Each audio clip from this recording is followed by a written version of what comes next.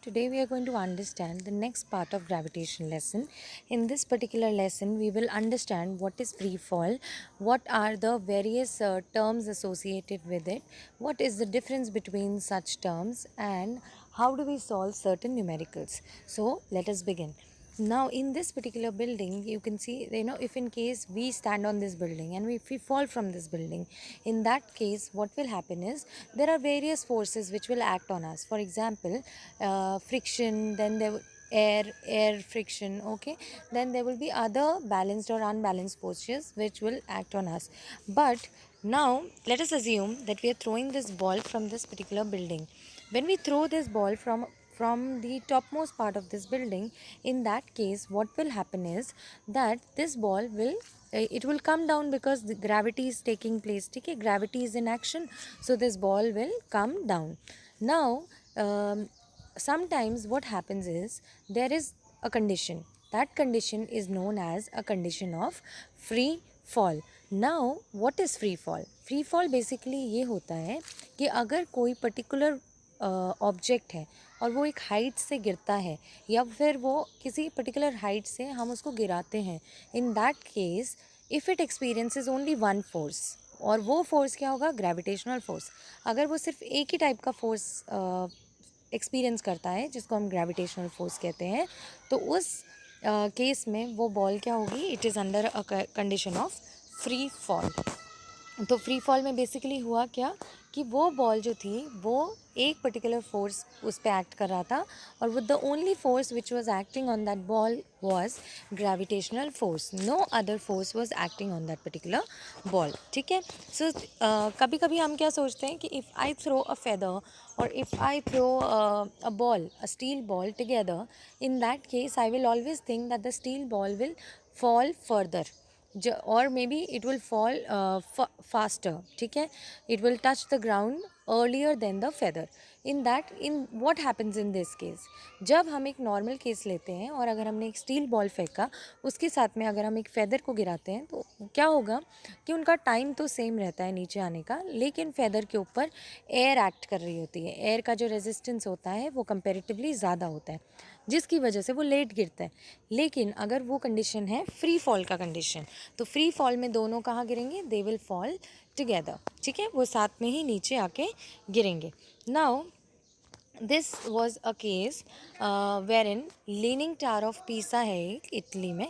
So leaning tower of पीसा में क्या हुआ था कि they conducted certain experiment where in they threw two particular objects of different mass, and they had different weights, but they noticed that under the condition of free fall, both the objects they reach the ground at the same time. Okay. So ऐसी condition को हम free fall बोलते हैं जिस condition में सिर्फ एक force act कर रहा होता है. उस फोर्स का नाम क्या होता है? That force means gravitational force. ठीक है. So free fall, let us understand the definition. What is a free falling body? It is a free falling body is a body when it falls from a particular height only under the action of gravitational force of attraction provided by earth. It is known as freely falling body. Okay. So now जब ये body freely fall कर रही होती है या फिर body एक height से गिरती है और उस पर ग्रेविटेशनल फोर्स एक्ट करता है, उस टाइम पे उस बॉडी पे जो एक्सेलरेशन लगती है, जो उसकी वेलोसिटी में चेंज आता है, उसको हम सिग्निफाई करते हैं जी से. ठीक है, स्मॉल जी. और इसको हम बोलते हैं, we call it acceleration due to gravity. ठीक है.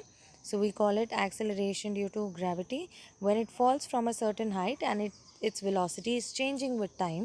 That is represented by small g, and it is known as acceleration due to gravity. Now हम इसको कैसे यूज़ करेंगे? जब भी कोई ऑब्जेक्ट हाइट से गिर रहा है तो हम उस जगह पे ए एक्सेलरेशन यूज़ नहीं करेंगे. हम क्या यूज़ करेंगे? We will use G. This small G we are going to use as acceleration. और ये किसने डिस्कवर किया? So there were various scientist which came together like Newton, as I told you, Galileo, etc. So they came together, they had a discussion, and they found out about free falling bodies, and they also found out about small g. Now small g को हम कैसे क्या calculate करेंगे. So you can see that they conducted all these experiments where in they had no idea कि कौन पहले गिरेगा, लेकिन उन्होंने ये नोटिस किया कि they fell at the same time, क्योंकि सिर्फ एक फोर्स एक्ट कर रहा था, ग्रेविटेशनल फोर्स. यहाँ पर कोई भी और फोर्स उस पर एक्ट नहीं करेगा. नाउ वी विल अंडरस्टैंड कि ये जो कैपिटल जी है और ये जो स्मॉल जी है, इसमें क्या फ़र्क है. मैंने आपको क्या बोला कि स्मॉल जी क्या होता है, it is acceleration due to gravity. ठीक है, एक्सेलरेशन ही है, लेकिन जब ग्रेविटी के इन्फ्लुएंस में आके एक्सेलरेशन आएगी, उस केस में हम उसको बोलेंगे एक्सेलरेशन ड्यू टू ग्रेविटी. ठीक है, सो एक्सेलरेशन क्या होती है, जब वेलोसिटी टाइम के साथ में चेंज होती है तो हम उसको एक्सेलरेशन कहते हैं. Now let us change now let us find out कि इनके बीच में क्या रिलेशन है. कुछ तो रिलेशन रहा होगा ना इनके बीच में. इनके बीच में ये रिलेशन होता है कि एक तो हमने कल पढ़ा था कैपिटल जी, एक आज हम पढ़ रहे हैं वो है स्मॉल जी. क्या डिफरेंस है इसका? ये डिफरेंस है कि जो स्मॉल जी होता है वो है acceleration due to gravity. So I will just write acceleration due to gravity. Okay, and ये मैं पूरा सेंटेंस नहीं लिख रही हूँ. देन जी, कैपिटल जी क्या होता है? Capital G is universal gravitational constant. So you'll not write UGC. I do not have enough space, hence I'm writing UGC. Okay. So universal gravitation constant. क्योंकि उसके नाम में ही constant है, इसका मतलब क्या हुआ कि वो change नहीं होगा. So it will not change. It remains same. So it is going to remain constant. और ये जो small g है, ये जगह के हिसाब से it keeps on changing. So small g will vary from place to place. ये हर जगह अलग अलग होगा. ठीक है, it will vary from place to place. Okay, so कभी भी ये सेम नहीं रहेगा. और ऐसा भी हो सकता है कि कभी कभी कहीं पर ज़ीरो ही हो जाए, ऐसा भी हो सकता है. ठीक है, so another difference between them is कि जो स्मॉल कैपिटल जी होता है उसकी वैल्यू मैंने आपको कल कितनी बताई थी? 6.67 इंटू 10 की power -11 newton metre square KG square. ठीक है, और हमने स्मॉल जी की वैल्यू होती है 9.8 मीटर पर सेकेंड स्क्वायर. ये कहाँ से आया? ये कैलकुलेशंस, कुछ कैलकुलेशंस की जाती है, उससे ही आता है. ठीक है, तो पहले तो इनके बीच का ये हो गया एक small, this is just a small difference between the two. Now we will understand, जहाँ से हमने शुरू किया था, वी विल अंडरस्टैंड कि इनके बीच में क्या डिफरेंस है. तो डिफरेंस ये होगा, सॉरी, रिलेशन ये है कि आपने क्या पढ़ा था स्टार्टिंग में कि फोर्स किसके इक्वल होता है? F equals to M A, mass into acceleration. Right. So here क्योंकि ये ग्रेविटी है तो यहाँ पर एक्सेलरेशन की जगह क्या आएगा? ए की जगह आ जाएगा G. F equals to M into G. Next is, हमने कल की क्लास में क्या पढ़ा था कि अगर ग्रेविटी है तो उसका जो फोर्स है उसका फॉर्मूला क्या था? F equals to capital G M M D square. ठीक है, अब आप यहाँ पे देखेंगे कि दोनों ही फोर्सेस हैं. This is equation 1 and this is equation 2. These both of them are forces only. Okay, so what we will do here is we will equate the two, क्योंकि ये दोनों इक्वल हैं. ठीक है, दोनों ही फोर्स अभी ग्रेविटी के लिए लग रहे हैं तो दोनों इक्वल हो जाएंगे. अगर हम इनको इक्वेट कर देते हैं, इस एफ की, ये दोनों एक दूसरे के इक्वल हो जाएंगे. ठीक है, क्योंकि दोनों ही फोर्स थे, अगर दोनों सेम टर्म के इक्वल हैं तो आपस में भी इक्वल हुए, तो हम इनको इक्वेट कर दिया हमने. अब यहाँ से ये स्मॉल एम से स्मॉल एम कट गया, तो हमारे पास क्या बचा यहाँ पे? We are left with small G and G M D square. So this is the relation between small G and capital जी.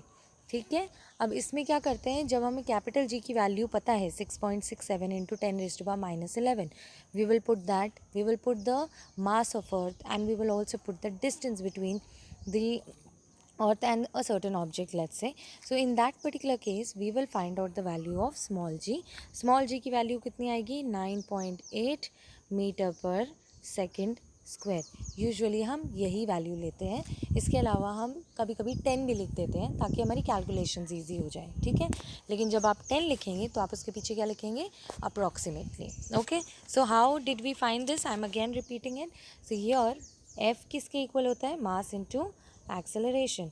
इधर एक्सेलरेशन क्या है, इधर एक्सेलरेशन है g, acceleration due to gravity.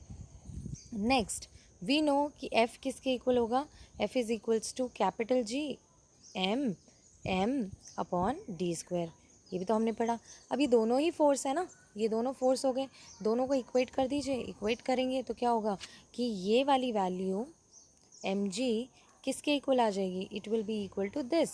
So equals to m d का square, ठीक है। Now capital G, यहाँ पर आप देख रहे हो क्या कॉमन है इनमें, इनमें ये कॉमन है, एक तो स्मॉल जी स्मॉल एम और इधर से भी small M. What are we left with, we are just left with G equals to G M D और स्क्वायर, ठीक है।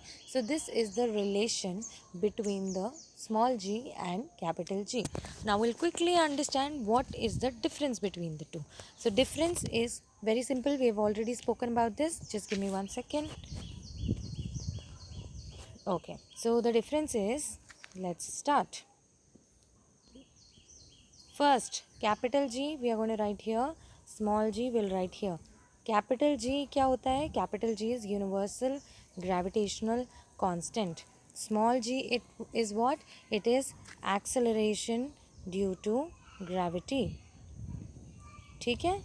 Second, what is the value of capital G, 6.67 into 10 to the power minus 11 newton metre square पर kg square, ठीक है।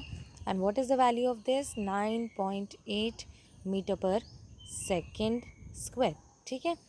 इन दो और क्या difference है, क्योंकि ये कांस्टेंट है कैपिटल जी, तो कांस्टेंट हमेशा क्या होता है, इट रिमेन्स सेम। तो अगर आप कहीं पे भी चले जाएंगे ये वैल्यू हमेशा कांस्टेंट रहेगी, मतलब it is going to be same, it will never change. However, when we talk about the small g can change, ठीक है, it will change from place to place. Okay, so this is the difference between the two. Now let us understand one more thing. अभी small g की value मैंने क्या कहा, change होगी, तो change कैसे होगी, हम सभी जानते हैं कि अर्थ जो है it is not a sphere, वो एग्जैक्ट स्फीयर नहीं है, वो कहीं से फ्लैट है, कहीं से वो राउंड है। In that case if you see कि ये वाला जो डिस्टेंस है, जो ऊपर का डिस्टेंस है, ये क्या होता है, ये छोटा होता है, और ये डिस्टेंस क्या होता है, ये बड़ा होता है, ठीक है। अब इसी को समझते हैं इसके साथ में। मैंने क्या बताया आपको स्टार्टिंग में, I told you relation which was G equals to G M D का square. Now if you see, ये अगर बढ़ेगा तो ये क्या हो जाएगा बेटा, कम हो जाएगा, क्योंकि ये क्या है, inversely proportional. If this decreases then that increases, ठीक है, ये बढ़ जाएगा।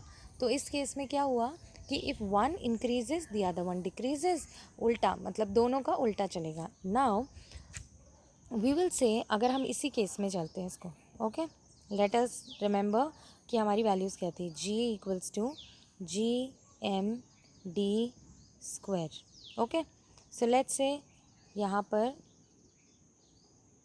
जी इंक्रीज़ हुआ, डी ज़्यादा कहाँ पर है, इस तरफ को डी ज़्यादा है, तो जी की वैल्यू क्या हो जाएगी, इस तरफ को जी की वैल्यू हो जाएगी कम, तो इक्वेटर पे जी की वैल्यू कम रहेगी।